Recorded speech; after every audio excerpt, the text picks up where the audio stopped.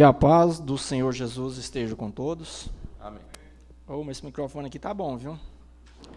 Eu tenho uma preguiça, quando eu vejo o microfone que você tem que pôr na boca para sair o som, eu tenho uma preguiça disso, fica uma sopração, um trem esquisito. Esse aqui tá excelente. Irmãos, eu gostaria de trazer essa noite para o nosso conhecimento algo da palavra de Deus que Deus me colocou no coração para falar. Fui convidado pelo pastor vice-presidente para trazer o estudo aqui nessa noite e pedi uma orientação ao senhor para que ele viesse me instruir de acordo com a necessidade da igreja, porque quando a gente vem trazer um estudo aqui, o nosso intuito é nos instruir a igreja para que a igreja seja vencedora, porque nós estamos vendo muitos crentes sendo derrotados, e é justamente porque a Bíblia fala: muitos estão perecendo por falta de conhecimento. Então vamos conhecer mais um pouquinho. O versículo que eu quero trazer por base do texto que eu vou ler aqui, que eu vou falar nessa noite, está aqui em Gênesis. Eu gosto sempre, meus estudos, eu gosto de começar no começo, com referência, e até em Apocalipse, para os irmãos entenderem que a palavra de Deus sempre está em harmonia. Ela não entra em contradição. Gênesis capítulo 6.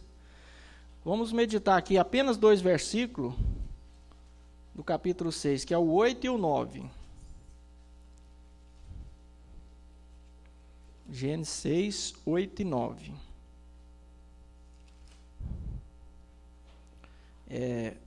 Esse primeiro versículo eu vou ler, e depois eu vou passar a oportunidade para os irmãos ler os outros demais. Noé, porém, achou graça aos olhos do Senhor. E são estas as gerações de Noé. Era ele homem justo, íntegro em sua geração. Noé andava com Deus. Amém? Os irmãos podem assentar. Qual é o tema desse estudo nessa noite? Quase isso, mas eu coloquei um título aqui, ó. Como se identificar se somos uma pessoa de Deus? Porque a partir da hora que nós aceitamos Jesus, todo mundo pensa assim: não, eu já sou de Deus. Não, a gente vai aos poucos se tornando uma pessoa de Deus. E como nós tornamos uma pessoa de Deus? Através do nosso testemunho. Então aqui tem alguém que tem um bom testemunho para servir de referência para nós. Diz que Noé era um homem justo, íntegro e andava com Deus. E quem que deu o testemunho dele? O próprio Deus. Vocês veem que privilégio, né? O próprio Deus deu testemunho que Noé era esse homem justo, íntegro, e andava com ele. Às vezes nós aceitamos Jesus e durante a nossa vida cristã, nós acomodamos na nossa vida e deixamos de dar um bom testemunho. E é triste, viu, irmãos? Quando a gente ouve alguém falar um mau testemunho de um crente, é triste. Porque aí não está identificado como uma pessoa de Deus. Quando nós temos um mau testemunho, automaticamente nós deixamos de ser uma pessoa de Deus. Nós se tornamos uma pessoa de Deus se o nosso testemunho estiver pautado na vontade de Deus.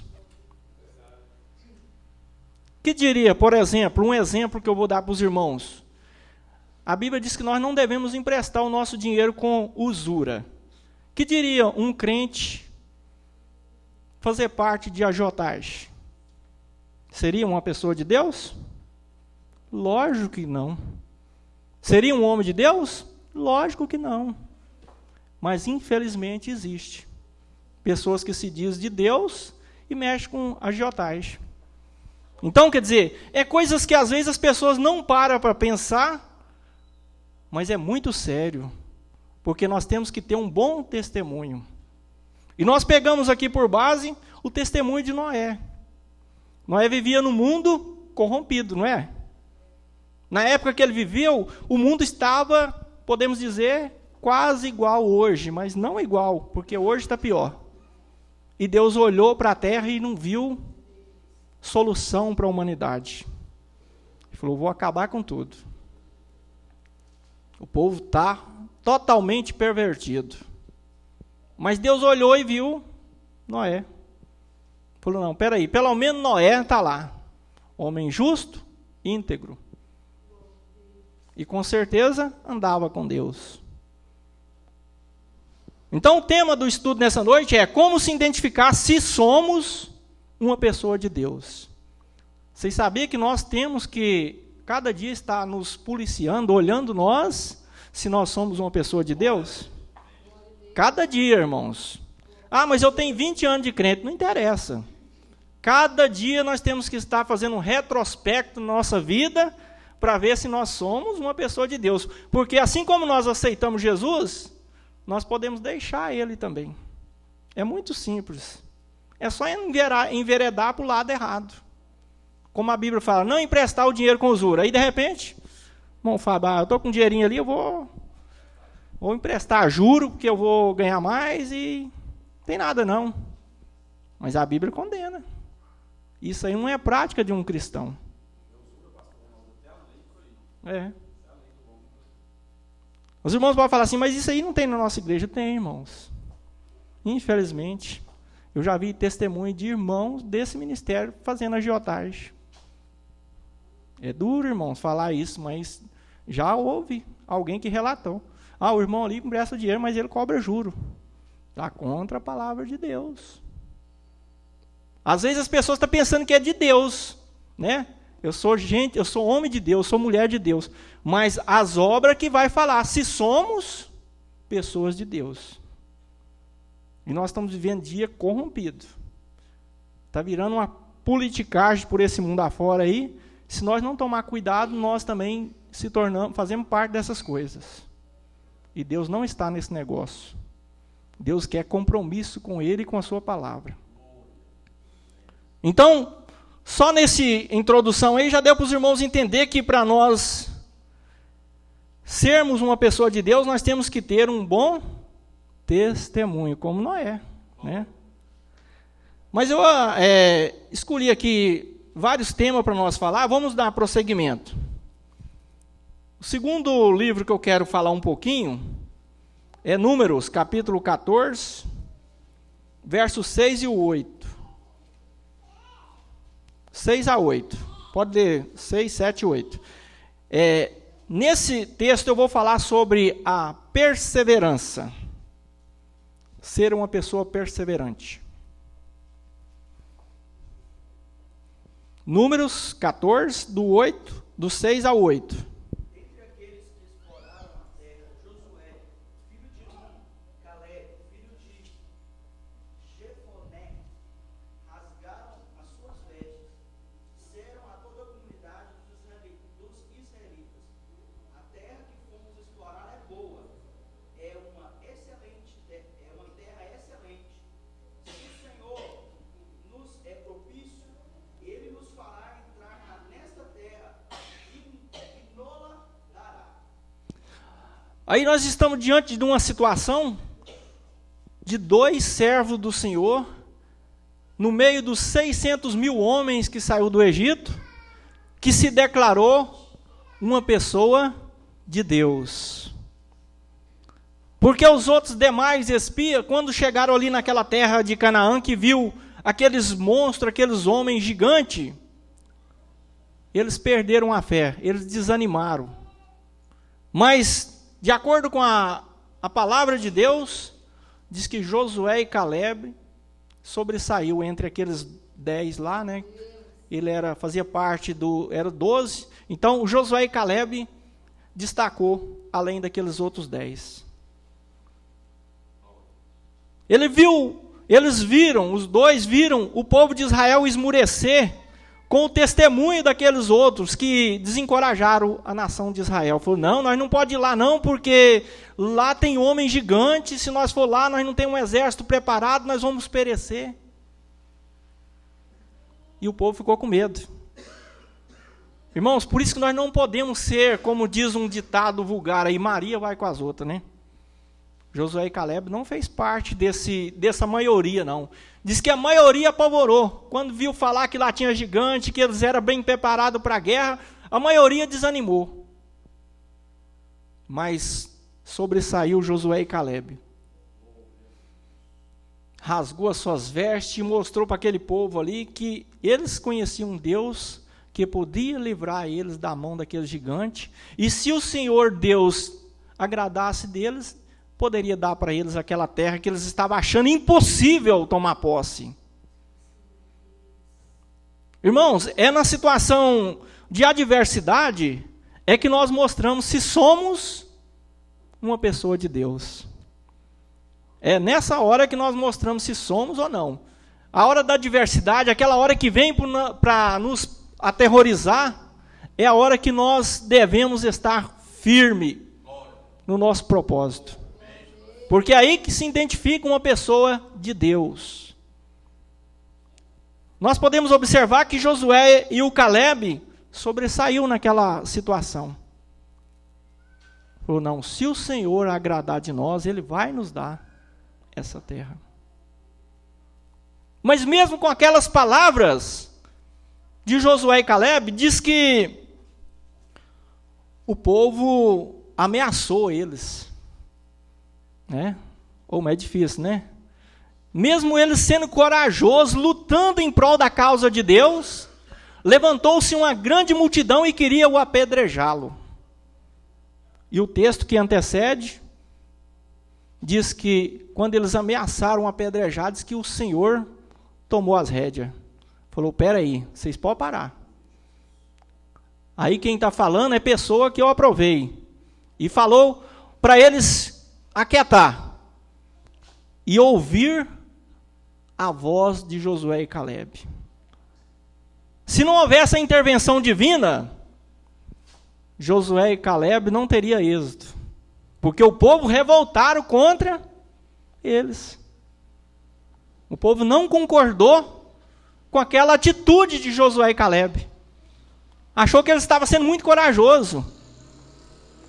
Mas quando houve a intervenção divina, que eles viram o mover celestial, aí todo mundo baixou o facho. E Deus fez com que eles reconhecessem que Josué e Caleb era a pessoa de Deus. Porque quando a gente fala e Deus ajuda a gente, quem que vai levantar contra? Ninguém.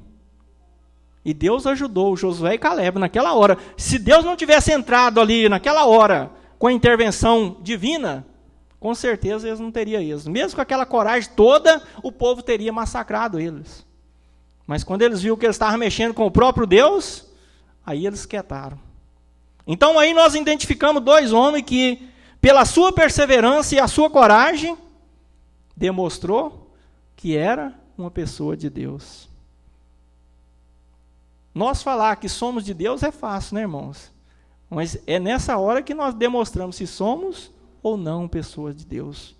Na hora da adversidade, na hora da dificuldade, na hora do problema, é que nós mostramos se somos pessoas de Deus. Vamos aqui ainda, em seguida, Ruth. Agora eu falei sobre a perseverança, para identificar se somos pessoas de Deus. Os irmãos já deu para entender. Vamos agora para falar sobre convicção.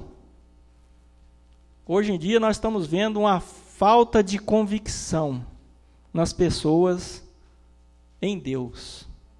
O que é a falta de convicção em Deus? É aquela pessoa que qualquer coisinha já desanima, viu? Ah, não vou servir a Deus mais não. Não vou não. O irmão lá pisou no meu calo, eu não concordo com o irmão, vou deixar de servir o irmão. Irmãos, esses dias eu tenho passado por uma situação difícil.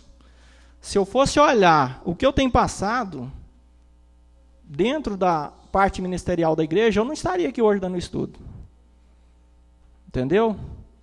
Mas eu estou aqui porque eu tenho convicção da palavra. Se eu não tivesse convicção, eu tinha rejeitado a oportunidade de trazer a palavra para os irmãos. Mas eu tenho convicção do Deus a quem eu conheço. É isso que tem me perseverado até hoje, servindo o Senhor. Há mais de 30 anos nesse ministério. Graças a Deus, O que tem me segurado aqui é a convicção da palavra. E eu quero passar isso para os irmãos ver que é necessário, irmãos, porque tem hora na nossa vida que nós passamos por momentos de adversidade. Se nós não tivermos convicção, é aí que nós jogamos tudo para o mato. Ruth, capítulo 1, versículo 16. Disse, porém, Ruth, não me istes para que te deixe e me obrigue a não seguir-te, porque aonde quer que fores, irei eu, e onde quer que pousares, ali pousarei eu.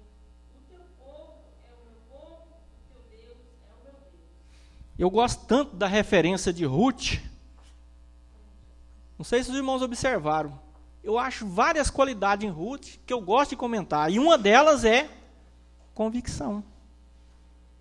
Hoje em dia está tão difícil você ver um crente tipo Ruth, né? Que tenha convicção na palavra de Deus. Que não é a adversidade que vai afastar ele do caminho do Senhor. Aqui nós deparamos com a situação que a Ruth estava sendo, naquele momento, atropelada por tantas adversidades. Mas nem isso serviu para que ela desistisse da sua convicção em Deus. Ela tinha sido casada e estava viúva de nova. A sua sogra perdeu os seus filhos e seu esposo, falou, vamos embora para a minha terra. E a sogra veio e falou para ela, falou, você ainda está nova, fica por aí. Arruma outro casamento. Meu filho já morreu, eu não vou ter condição de dar outro filho para você casar, fica por aí. O que eu observo em Ruth? Que ela era uma pessoa convicta da palavra. Certamente o marido dela, por mais rebelde que eles foram, lá ter saído de Israel e ir lá para Moabe, mas eles falou do Deus de Israel para ela. Podemos dizer no nosso linguajar hoje, o marido dela evangelizou ela. Falou que o Deus dele era o Deus verdadeiro. Não aquele Deus lá de Moabe, o qual era a nação dela. E aquilo ali foi gravado no coração de Ruth. Mesmo no momento de adversidade, ela perseverou com aquela convicção. Agora sua sogra, ao retorno para Israel, falou, fica aí, você ainda está nova. Mas ela falou, não adianta a senhora insistir, porque eu vou acompanhá-la. A partir de agora, o seu Deus é o meu Deus. O povo seu, eles queiram ou não, mas eles vão fazer parte do meu povo também. O que nós observamos nisso aí, irmãos? Isso que revela uma pessoa de Deus. Chama-se convicção. Porque a pessoa de Deus, por mais que ele venha a ser bombardeado pelas astúcias da cilada do inimigo, ele não desiste. Ele não desanima. Porque ele sabe quem está do seu lado. É o Deus de Abraão, Deus de Isaac e Jacó. É o Deus Todo-Poderoso. Então, eu analisando esse texto e falando assim comigo mesmo, que exemplo para nós, né? Fazer um retrospecto na nossa vida, se somos uma pessoa de Deus desse nível. Será que somos desse nível? A Bíblia tem N exemplos de pessoa convicta, mas eu peguei por base na parte de convicção a Ruth. Tem o Jó, tem muitos. Não daria tempo de eu falar de todos, né? Lógico. O tempo nosso aqui é reduzido, né? Mas, do lado das irmãs, né? Que às vezes a irmã fala assim, meu irmão está falando do lado dos irmãos. Não, eu tenho que dar referência de irmã, de mulher que era convicta da palavra.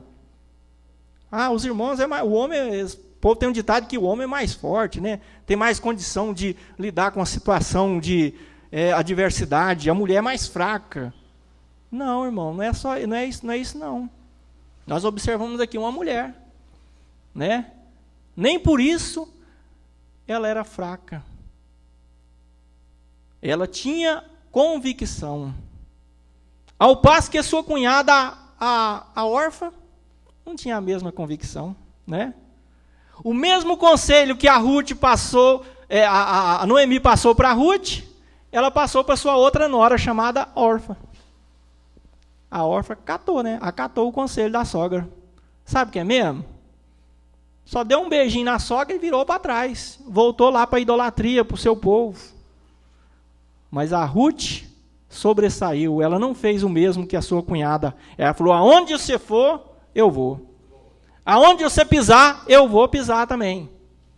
O seu Deus é o meu Deus. Irmãos, ela não estava idolatrando a sua sogra. Ela estava falando, aonde a senhora estiver, eu estarei junto. Porque a senhora vai voltar para o seu povo e para o seu Deus. E eu quero ter conhecimento desse Deus mais ainda. Porque ela já tinha, em parte, conhecimento. Mas quando ela demonstrou que ia largar a sua família e até voltar para uma nação que ela não conhecia, ela estava falando, eu quero conhecer mais ainda esse Deus. Por isso que a Bíblia não nos exorta antes crescer na graça e no conhecimento. Porque a partir da hora que nós vamos conhecendo a Deus, mais ainda nós vamos ficando alicerçados na palavra. Então não é qualquer temporal, não é qualquer diversidade que vai nos tirar.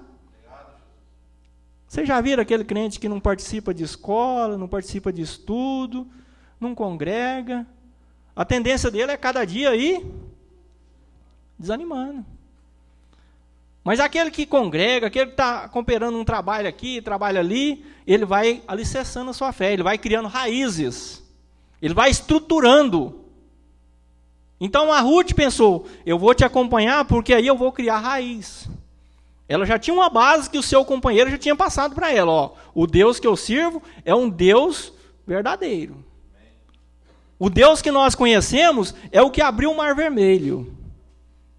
É o que tratou de Israel quando eles ficaram 40 anos naquele deserto, não deixou ninguém morrer de fome. E isso já despertou em Ruth um desejo de conhecer mais esse Deus.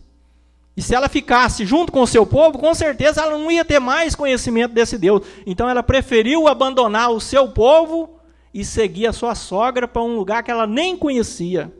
Isso é ou não é convicção? Nós poderíamos pegar exemplo de Abraão também, ou homem convicto, né? Mas vamos deixar o Abraão, eu quero partir para outra parte aqui agora. Agora nós vamos falar sobre como se identificar se somos uma pessoa de Deus através do amor ao próximo. Ser uma pessoa amorosa. Porque falar que ama a Deus é fácil, né? Mas primeiro nós temos que amar o próximo. Tem como alguém amar a Deus sem amar o próximo primeiro? Tem? A base é o próximo, irmãos. Porque se diz, se você não ama aquele que vê, como pode amar aquele que não viu? Só crê através da palavra. Não tem como. Primeiro nós temos que demonstrar o nosso amor ao próximo, né? Ao que está ao nosso lado. Aí mostramos se somos uma pessoa de Deus, é nessa hora. Amando o nosso próximo. Ah, mas tem que amar só aquele que faz as coisas certinho, irmã? É? Nós tem que amar só aqueles que estão na igreja aqui em comunhão? Não, a Bíblia amar o próximo. Não fala amar só o irmão, não. Amar o próximo. O próximo é aquele que está mais próximo. Né? E vamos aqui um exemplo de um grande homem de Deus que demonstrou um amor tão grande, ao ponto de Deus até dar uma repreensão para ele. Esse amava mesmo, viu, irmãos? Esse amar a pessoa que faz as coisas certinho é bom, né, irmãos? Amar o pastor Miguel, né? O pastor Miguel não fala mal de ninguém, né, pastor Miguel? De vez em quando, às vezes é bom, né? Mas você amar uma pessoa que está cometendo pecado, está contrariando a palavra de Deus, não é fácil não, irmãos. Mas esse irmão aqui, ó, esse grande homem de Deus, ele deu uma lição para nós de uma pessoa amorosa. Quem será, hein? Jeremias capítulo 14, Lê, por favor, aí o versículo 10 e o 11.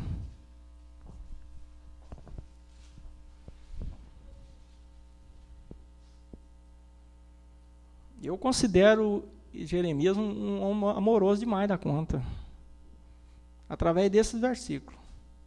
Assim diz o Senhor sobre este povo: gostam de andar errantes e não detêm os pés.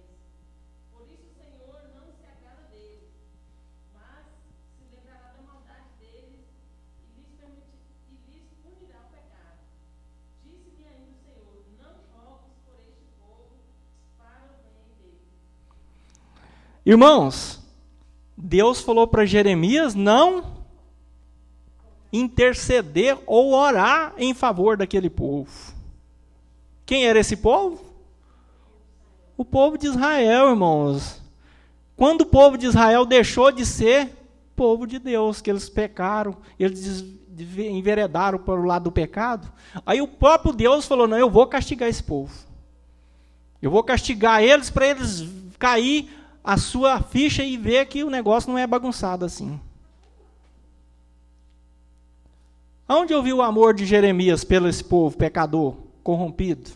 Quando ele ainda orava por esse povo. Interessante, né? Orando para um povo que estava contrariando Deus. Um povo que as medidas dele já tinha enchido.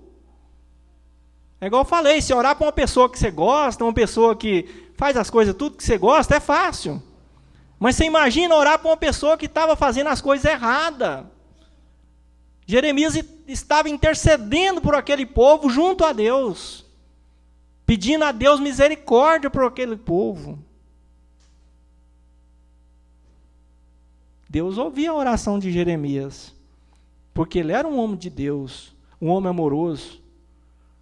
Mas nessa hora aqui, quando o pecado da nação de Israel extrapolou os limites, aí foi o próprio Deus que falou com Jeremias, não ore mais por este povo, porque agora chegou a hora de eu tratar com eles.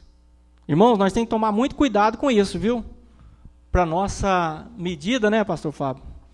Não chegar ao limite e transbordar.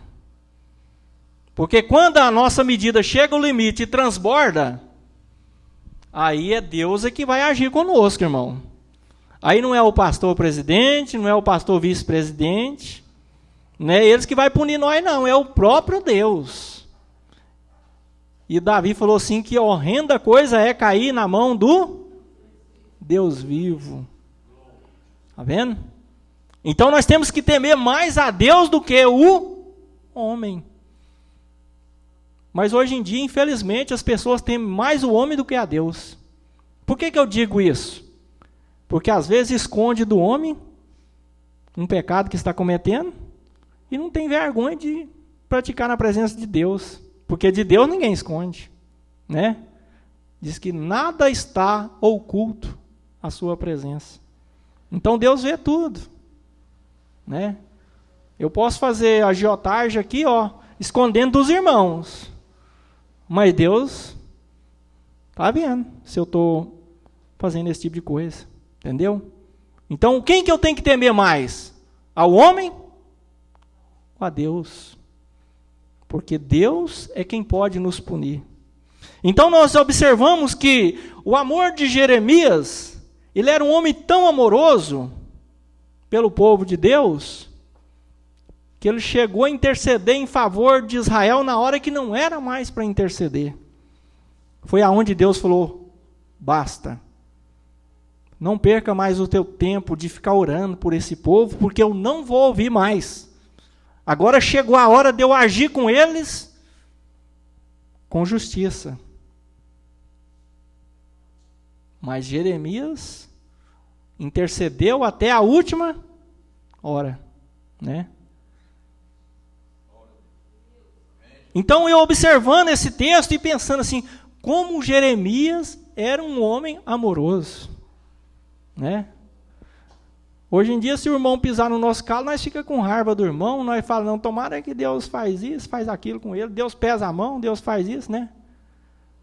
Jeremias, ele profetizava para aqueles reis lá, eles jogavam ele dentro do poço, né, dentro do calabouço, judiava dele, batia nele. E ele ainda continuava pedindo a Deus misericórdia para aquele povo.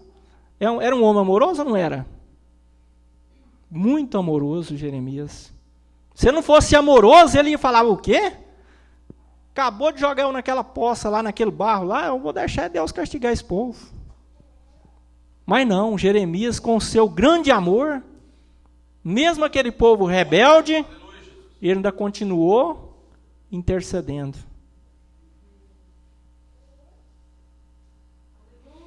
O que nós aprendemos com isso, irmãos? É que Deus, Ele quer que nós sejamos pessoas amorosas. E aí nós identificamos se somos pessoas de Deus ou não. Um exemplo que eu quero dar para os irmãos também. Eu vou dar uma olhadinha na goela aqui. Como diz o outro, molhar o bico, né? Eu vou dar um exemplo para os irmãos, o seguinte, ainda badalando nesse negócio do amor aqui. Quando Jeremias intercedeu, ele estava até mesmo correndo um grande risco. Porque quando Deus chega ao limite, se você continuar insistindo, Ele pode nos castigar também. Né? Tanto que nós observamos naquela intercessão lá de Abraão em favor do sobrinho Ló, cada vez que ele ia interceder, ele ficava assim meio apreensivo, né? Ele falava, Senhor, calma, não ire mais comigo, eu vou falar, mas essa vez, Deus é muito sério, irmãos. Né? Nós temos que temer a Deus, porque Deus não é de brincadeira. Às vezes nós brincamos com os irmãos aqui, ó, mas com Deus não é de brincadeira, não. Né? Deus não é de gracinha, não. Ele é sério. Quando Ele fala uma coisa, é daquele jeitinho. Então eu estava observando assim, o amor de Jeremias foi tão grande que ele arriscou. O povo já estava prevaricando contra Deus, e ele ainda vai orar para o povo, pastor Dimar. Olha que perigo, hein? Olha o perigo, hein? O povo estava todo mundo contrariando a Deus, e ele intercedendo. E às vezes o irmão pensa assim, não, mas isso aí às vezes é algum pecadinho que o povo de Israel cometia, um roubo, uma coisa assim, aquilo outro. Não, irmãos, era um pecado que Deus abominava mais ainda, que era a idolatria. O povo estava fazendo sacrifício dos próprios filhos, a demônio, a Baal, aqueles trem lá, e Deus foi esgotando a paciência dele. Não era pecado de matar um, de furtar, de fazer isso, não. Era pecado que chegava às narinas de Deus. Porque o pecado da idolatria é o pecado que Deus mais condena. Porque Deus não quer que a honra dele seja dada aos ídolos. Nós estamos chegando aí agora à época do Natal, né? Irmãos, essa época é a pior idolatria. Mês de dezembro. Do Papai Noel. Ainda estava comentando com a minha esposa lá em casa. Eu falei assim, o povo comemora tudo errado, né? Eles põem o Papai Noel como se fosse um Deus salvador da pátria. Ainda põem velho. O nosso Deus não é velho. O nosso Deus é novinho.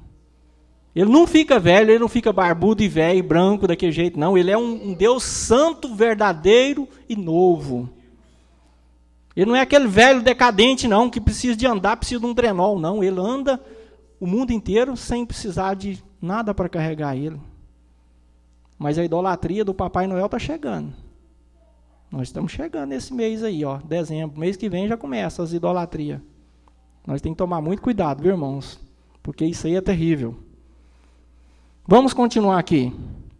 Como se identificar se somos uma pessoa de Deus? É o título do estudo. Nós temos que policiar a nossa vida todos os dias, para ver se nós estamos encaixando nisso aí. O segundo tema que eu gostaria de falar nessa noite está aqui no livro de João, capítulo 1, versículo 47. 1 e 47. Nós vamos comentar sobre, para identificar se uma pessoa é de Deus, ele tem que ser honesto e verdadeiro. Se não tiver encaixado nisso aí, esquece. pode até falar que é uma pessoa de Deus, mas se não tiver esses dois requisitos, honesto e verdadeiro, esquece. Porque Deus não aprova essas coisas. Olha o que Deus fala sobre isso aí. João capítulo 1, 47. Jesus viu Natanael vindo até ele e disse ao seu respeito: Eis verdadeiramente um israelita em quem não há fraude. Jesus é quem deu o testemunho de Natanael. Eis aí um verdadeiro israelita, em quem não há engano ou dolo. E eu gostaria de comentar sobre isso aí. Quem é enganoso, ele é desonesto. Não é isso? O tema aqui, o que eu estou falando aqui é sobre honestidade e ser verdadeiro. Então, além dele ser uma pessoa verdadeira, que ele não gostava de mentira, de ficar conversando fiado, ele era uma pessoa que não era compactuado com a desonestidade. Ele, pelo contrário, ele era uma pessoa honesta. Ele não concordava com nada de engano. Agora Jesus vê aquele homem chegando até a ele, e ele não conhecia Jesus ainda, hein? Você imagina que servo de Deus que ele se tornou. Até nesse exato momento, ele tinha essas qualidades por natureza, de ser verdadeiro e ser honesto.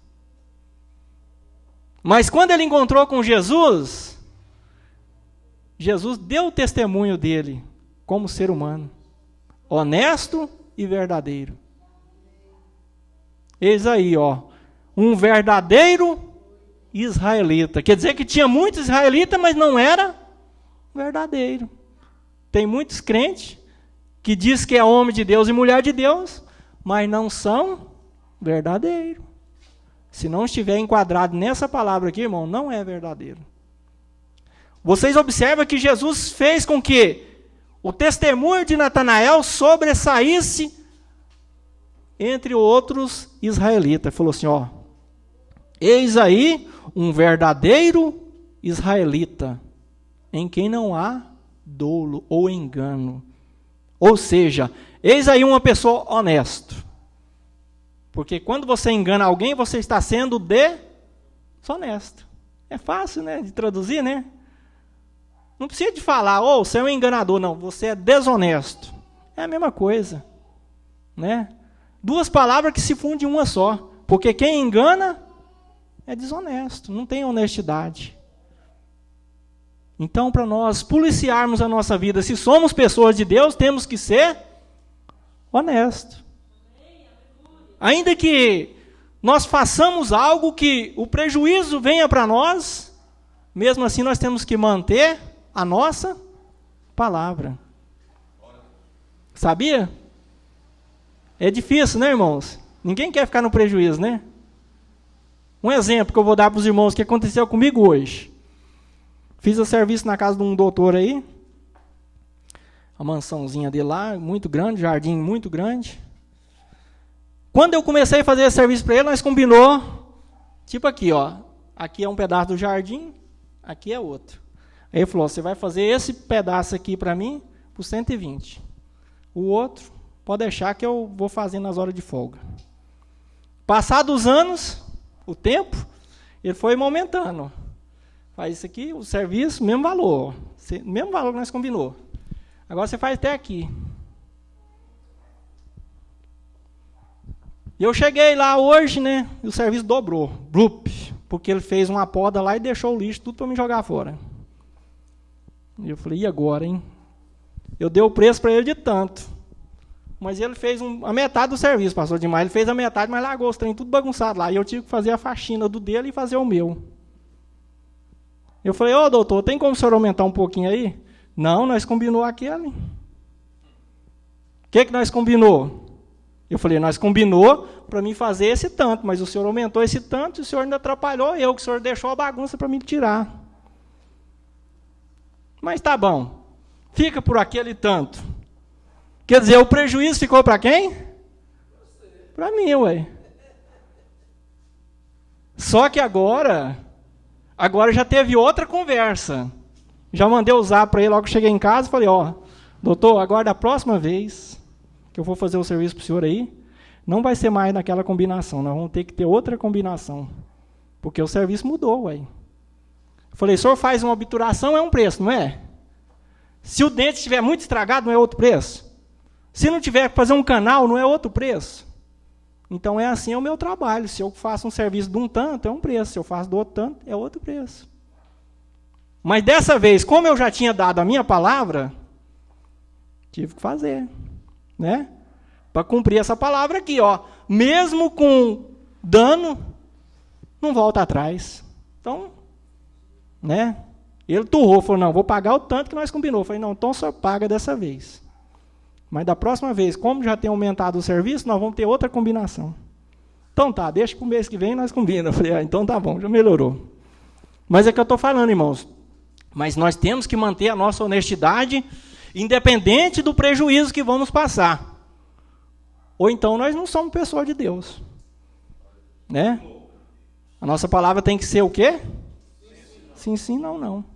Ele me apertou, né? Ele falou, você falou desse preço. Eu falei, eu falei desse preço, mas era só até aqui. Mas o senhor aumentou aqui, deixa quieto. Eu já estou aqui mesmo, eu não vou voltar para trás, eu vou fazer o serviço para o senhor. Né? Para cumprir a minha palavra também. Aí depois ele veio me elogiando, eu gosto tanto do seu serviço é de qualidade, não sei o quê, só aluguel, né? Deixa para o próximo mês nós ver. Eu falei, então tá bom. Depois nós vamos combinar de novo. Mas o que eu quero falar para os irmãos é isso, irmão. Nós temos que manter a nossa palavra, ainda que o prejuízo seja grande. Eu tenho um propósito comigo. Quando eu falo algo, eu sustento a minha palavra. Né? Eu não sou daquela pessoa que fala uma coisa hoje, amanhã já muda, não. Eu gosto de falar e cumprir o que eu falar. Tanto que eu não gosto nem de comprar fiado. Né? Eu gosto de comprar e pagar. Quando eu compro e pago. A única coisa que eu comprei fiado foi a casa, que eu não dei conta de comprar ela de uma vez. Né? Mas a casa eu não considero que eu comprei fiado, que é um investimento que eu estou fazendo. Então, é como se eu estivesse fazendo uma poupança. Né? Minha esposa comprou esse carro aí agora, mas só o dinheiro que eu investi na minha casa já dá uns 6 carros desses que ela comprou. Então, quer dizer, é um investimento que eu estou fazendo. Né? Vocês veem o irmão Ronaldo nesse carrinho velho aí, mas ele tem um investimento. Né? Então, o que eu quero dizer? Nós temos que estar firme no propósito de Deus. Né? Então, quero trazer aqui ainda mais coisa para nós aqui. Agora eu gostaria de falar como se identificar se somos uma pessoa de Deus. Através da nossa boa reputação dos vizinhos. Irmãos, agora vai pegar, viu? Mas eu sou crente há 30 anos na igreja. Parabéns, irmãos. 20 anos, 50 anos. Mas será que nós somos uma pessoa de Deus para os nossos vizinhos? É duro, irmão. Quando você vê falar de crente pelos vizinhos, igual eu já vi falar, meu Deus, é triste. Você fica com vergonha, você não sabe onde você enfia a cara. Por isso que nós temos que dar um bom testemunho, ter uma boa reputação dos nossos vizinhos. É aí que identificamos se somos uma pessoa de Deus ou não, porque a pessoa de Deus ele é obrigado a dar um bom testemunho. E como se identifica uma pessoa que tem um bom testemunho? Através das suas... Do quê? Suas atitudes, suas obras. O que nos dá um bom testemunho? É as nossas obras. As pessoas vão falar bem de você. Aquela pessoa é isso, aquilo outro. Ele é trabalhador, ele faz isso, ele faz aquilo. É uma pessoa de Deus. Aí sim, aí nós podemos identificar como uma pessoa de Deus. Vamos pegar aqui um exemplo. Essa pessoa é do lado das irmãs. Falei de muito homem, né? Vamos falar das irmãs também, né? Uma boa reputação. Que se identifica com uma pessoa de Deus. Vamos lá no livro de Atos, capítulo 9, verso 39. É muito bom, viu, irmãos? A palavra de Deus, ela tem muita coisa para nos instruir. Nós só vamos fracassar se nós não meditar na palavra de Deus. Hoje eu fazendo esse estudo lá em casa, hoje que eu tive tempo para fazer esse estudo. E meditando, eu falei assim, é muito bom a pessoa ter um bom testemunho, viu? Lê, por favor, aí. Atos, capítulo 9, versículo 39. Pedro atendeu e falou com eles.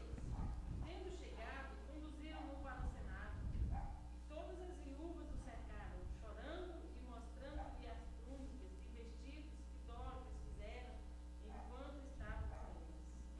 Irmãos, isso aí identificou que ela era uma mulher de Deus. Por que identificou? É muito sério isso aí. Vocês vê, ela interrompeu uma viagem missionária do apóstolo Pedro. Ele ficou sabendo, ele estava fazendo a missão de Deus. Ficou sabendo da morte dela. Ele voltou para trás a pedido de alguém que foi atrás dele, né? Foi atrás de Pedro. As mulheres viúvas chorando porque a outra tinha morrido. Hoje em dia tem gente que chora, dá risada, solta foguete quando fica sabendo que o outro morreu, né?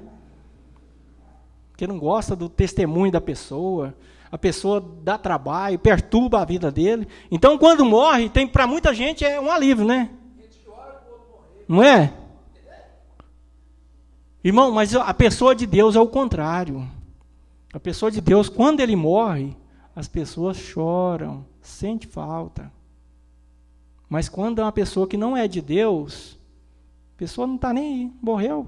Bom que descansou e ficou livre, tirou aquele tropeço que estava atrapalhando o nosso caminho. Quer dizer, tem muita gente que considera desse jeito. Mas nesse caso aqui, nós observamos que quando o apóstolo Pedro chegou lá naquele lugar, que dirigiu ali para o cenáculo, ele olhando, contemplando aquelas mulheres chorando, ele se comoveu com aquela situação. Porque as atitudes da Dorca era de uma mulher de Deus que fazia a obra de Deus, ajudando aquelas pessoas necessitadas. Ela tinha comunhão com as irmãs. Ela tinha entrosamento com as irmãs, com as mulheres. Eu fico preocupado quando eu vejo umas irmãs que ficam só na barra da saia do marido e não dialoga com as irmãs, não faz nada para confraternizar com as irmãs. Irmãos, mulher de Deus, ela tem que atuar na sua área. A mulher, ela tem que atuar do lado das irmãs. Eu acho errado esse negócio de mulher querer atuar do lado dos irmãos. Não, irmãs têm que atuar do lado das irmãs. Tem que apoiar as irmãs. Ou vocês acham que o homem vai fazer túnica para as mulheres? Não, é a mulher que tem que fazer túnica para as mulheres. Né?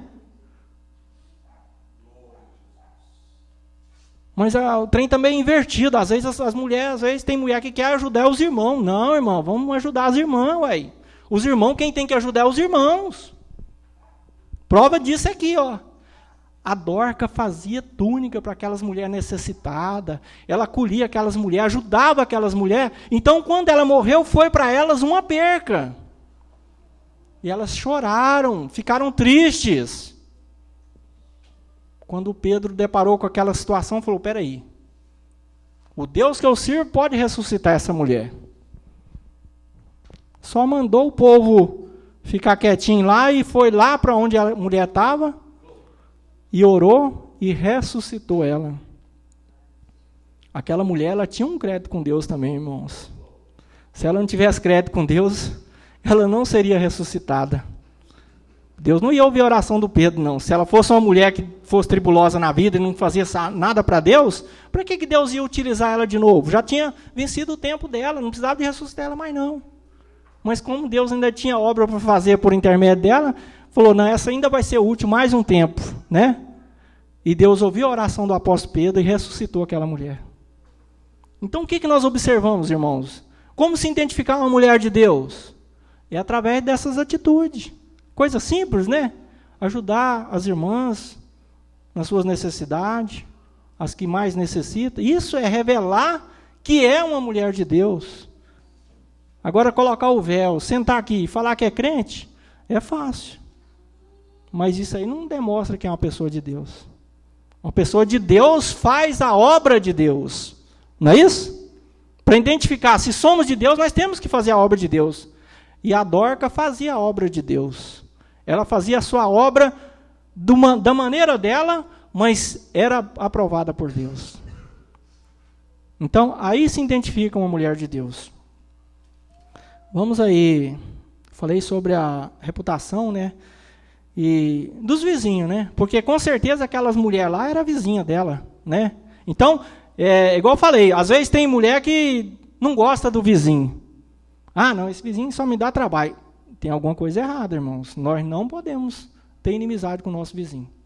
Não quer dizer que você vai ficar beijando ele, abraçando ele, mas nunca ter inimizade com o vizinho. E lá no meu setor mesmo, eu adoto a política da boa vizinhança, né? Eu tenho um vizinho ao meu lado assim, a mulher dele nem conversa comigo, que ela é meio metida, mas o vizinho, eu tenho o telefone dele, né? Eu tenho o telefone dele, porque se caso acontecer alguma coisa, do lado eu tenho um telefone, do outro lado eu tenho telefone. Então, quer dizer, se caso acontecer alguma coisa, um liga para o outro, né? Um dia mesmo eu cheguei lá, o portão dele estava aberto, eu liguei para ele, ele veio e fechou o portão. Saiu, esqueceu, deixou o portão aberto. Eu falei, ô vizinho, você está aí? Ele falou, não, eu acabei de sair. Eu falei, rapaz, seu portão está aberto. Ele voltou e fechou o portão. Então, quer dizer, nós temos que ter isso conosco, né? Agora tem gente que arruma encrenca com vizinho, irmãos, isso é a pior coisa. É a mesma coisa que você arrumar encrenca com mulher. Você convive com ela 24 horas, você vai arrumar encrenca? Então, você vai arrumar problema não é só de 2 horas, não, é o dia inteiro, irmãos. Então, a gente tem que acertar os ponteiros, né? Ah, tem aquela diversidade do casal? Tem, mas o trem não pode ficar bagunçado, não, senão o trem complica, né? Você ter o vizinho o inimigo dentro de casa, aí é complicado, né? O inimigo lá fora já dá trabalho para a gente, imagina dentro de casa, né? Então, é a mesma coisa, a amizade, os vizinhos, tem que ter assim, uma boa comunhão com os irmãos, com as pessoas, né? Então, quer dizer, não é que você vai fazer parte da roda deles, mas sempre manter assim, uma comunhão, para as pessoas verem que você é uma pessoa de Deus, né? Então. Cheguei lá, o portão fechado, correndo, assustei. Aí. Aí o vizinho chegou, você foi embora, deixou aberto. Não, mas eu contei do meu vizinho que aconteceu isso, mas aconteceu comigo também. Eu, num determinado lugar, aí eu saí e deixei o portão aberto. O pessoal de frente de mim é um pessoal espírita. Você não há de ver que eles ficou o tempo todo olhando a minha porta lá, toda hora eles saíam olhar para ver se não tinha alguém lá entrando lá em casa. Aí o outro pedreiro que estava trabalhando do lado me ligou, falou, ó, seu portão está aberto. Aí eu fui lá e fechei. Aconteceu isso uma vez comigo também. Então, quer dizer, a gente observa assim, irmão, se a gente não tiver essa política da boa vizinhança, aí atrapalha para a gente também. Nós precisamos um do outro, né? Independente de religião ou não, você tem que ter reconhecimento das pessoas. Com todos. Infelizmente, nem todos querem a paz, né? Mas a gente tem que esforçar da parte da gente, né? Infelizmente, nós não vamos conseguir com todos. Mas nós temos que fazer a nossa parte, né? Oi? É.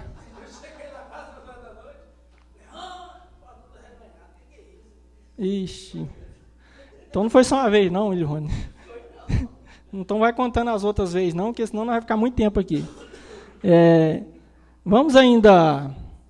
agora, eu falei que eu gosto de falar de Gênesis e Apocalipse, né? Já está acabando meu horário ali, mas eu quero falar aí de Apocalipse. Vamos lá no Apocalipse, capítulo 3, verso 8 e 9. Mesmo vindo a adversidade, não se desespera. Permanece firme. Apocalipse 3, do 8 ao 10. 8 e 10. 8 e 10 só. No 9 não precisa não, porque explica os dois. Glória a Deus. Conheço toda a tua conduta. Expulsa à tua frente uma porta aberta, que ninguém poderá fechar, pois tem pouca força, mas ganhaste minha palavra e não renegaste o meu nome. 10. Visto que guardaste minha palavra de perseverança, também eu te guardarei da hora da provação que virá sobre o mundo inteiro, para submeter à prova os habitantes da terra. O povo fala que em Apocalipse não tem passagem boa, né? É só passagem sofrida. Mas eu considero essa passagem uma passagem maravilhosa, né? É uma passagem falando com a igreja que, naquele momento ali, a palavra estava sendo uma palavra de apoio. Deus conhece as nossas obras, igual eu falei. Às vezes nós queremos passar por bonzinho perante os irmãos, mas Deus é quem sabe o que nós fazemos lá na nossa casa, no nosso trabalho. Então, aquelas pessoas ali, mesmo eles vivendo naquela época, Deus usou ali o anjo para falar com elas, que conhecia as suas obras, o seu sofrimento, mas que ele estaria do lado delas para ajudá-las. Então, quer dizer, nós observamos com esse texto aí, que é necessário para sermos uma pessoa de Deus, primeiramente o testemunho de Deus. Porque é Ele que nos justifica. Ninguém tem poder de condenar ninguém. Eu não posso condenar o irmão não pode condenar eu, mas Deus pode. Então, se nós tivermos o testemunho de Deus ao nosso lado, já é o suficiente. Irmãos, eu analisando a palavra de Deus esses dias, só fazer aqui um breve comentário sobre o tamanho da misericórdia de Deus. Principalmente nós que temos essa mensagem, e às vezes nós somos muito caxia nela, né, pastor Dimar? E corre o risco de nós atropelar a palavra de Deus. Nós conhecemos a verdade, temos a doutrina apostólica, mas temos que tomar cuidado, viu, irmãos? A misericórdia de Deus é tão grande. Aonde eu cheguei à conclusão do tamanho da misericórdia de Deus? Na hora que Deus irou contra Salomão. Irmãos, vocês sabiam que Salomão era macumbeiro? Macumbeiro, irmãos. Eu não vejo ninguém falar isso. Mas Salomão era. Ele fazia sacrifício a demônios. Quem é macumbeiro é quem faz o quê? Sacrifício. Então, aquele pecado de Salomão, isso aconteceu quando ele já estava velho. Porque no início é só a benção, né? Homem sábio, inteligente, né, pastor Miguel? Mas ele ficou velho, ele casou com as mulheres lá, daquelas mulheres demoníacas, e levantou ali altares a Baal, aqueles deuses malignos ali, e ofereceu sacrifício. E aquilo ali causou uma ira tremenda na presença de Deus. E Deus falou com ele, brutamente. Eu analisando o texto lá e falando assim, mas, irmãos, nós não podemos condenar ninguém por causa de pouca coisa não, viu? Porque a misericórdia de Deus vai muito além da nossa compreensão. Como é que pode Deus salvar um homem que no final da vida corrompeu a sua vida, virou uma bagunça? Prevalicou contra a palavra de Deus? Sabe por que aconteceu isso, irmãos? Por que Deus salvou ele? Por causa de seu pai Davi. Por amor a Davi. Deus ainda fez questão de falar, por amor a Davi, não é por causa da sua, não. Pelas suas obras você ia para o inferno, você ia para a perdição. Mas pelo pacto que eu fiz com Davi, meu servo, eu vou te dar essa oportunidade. Mas você não vai sair de boa nessa, não. Seu reino vai ser dividido. A sua linhagem não vai continuar na linhagem que você quer, não. O negócio aí vai ter uma mudança radical. Mas deixa essa parte. Eu quero mostrar para os irmãos o tamanho da misericórdia de Deus na vida de Salomão. Um homem que oferecia sacrifício maligno, Deus ainda teve misericórdia da alma dele e perdoou ele. Está vendo? Por amor do seu pai Davi. Então nós temos que tomar muito cuidado, porque às vezes na nossa empolgação dessa mensagem, às vezes nós condenamos as pessoas, mas quem pode condenar? Quem dá a última palavra? É só Deus, irmãos. Né? E nós não podemos se tornar juízes. Né? Porque um só é o juiz. Né? Cabe a nós procurar sermos uma pessoa de Deus, uma mulher de Deus, um homem de Deus. É isso que nós devemos preocupar. O resto, as outras coisas, serão acrescentadas. É Deus que acrescenta. Amém? E as palmas engrandecem o nome do Senhor Jesus. Vamos agradecer a Deus por mais essa oportunidade. Deus abençoe os irmãos.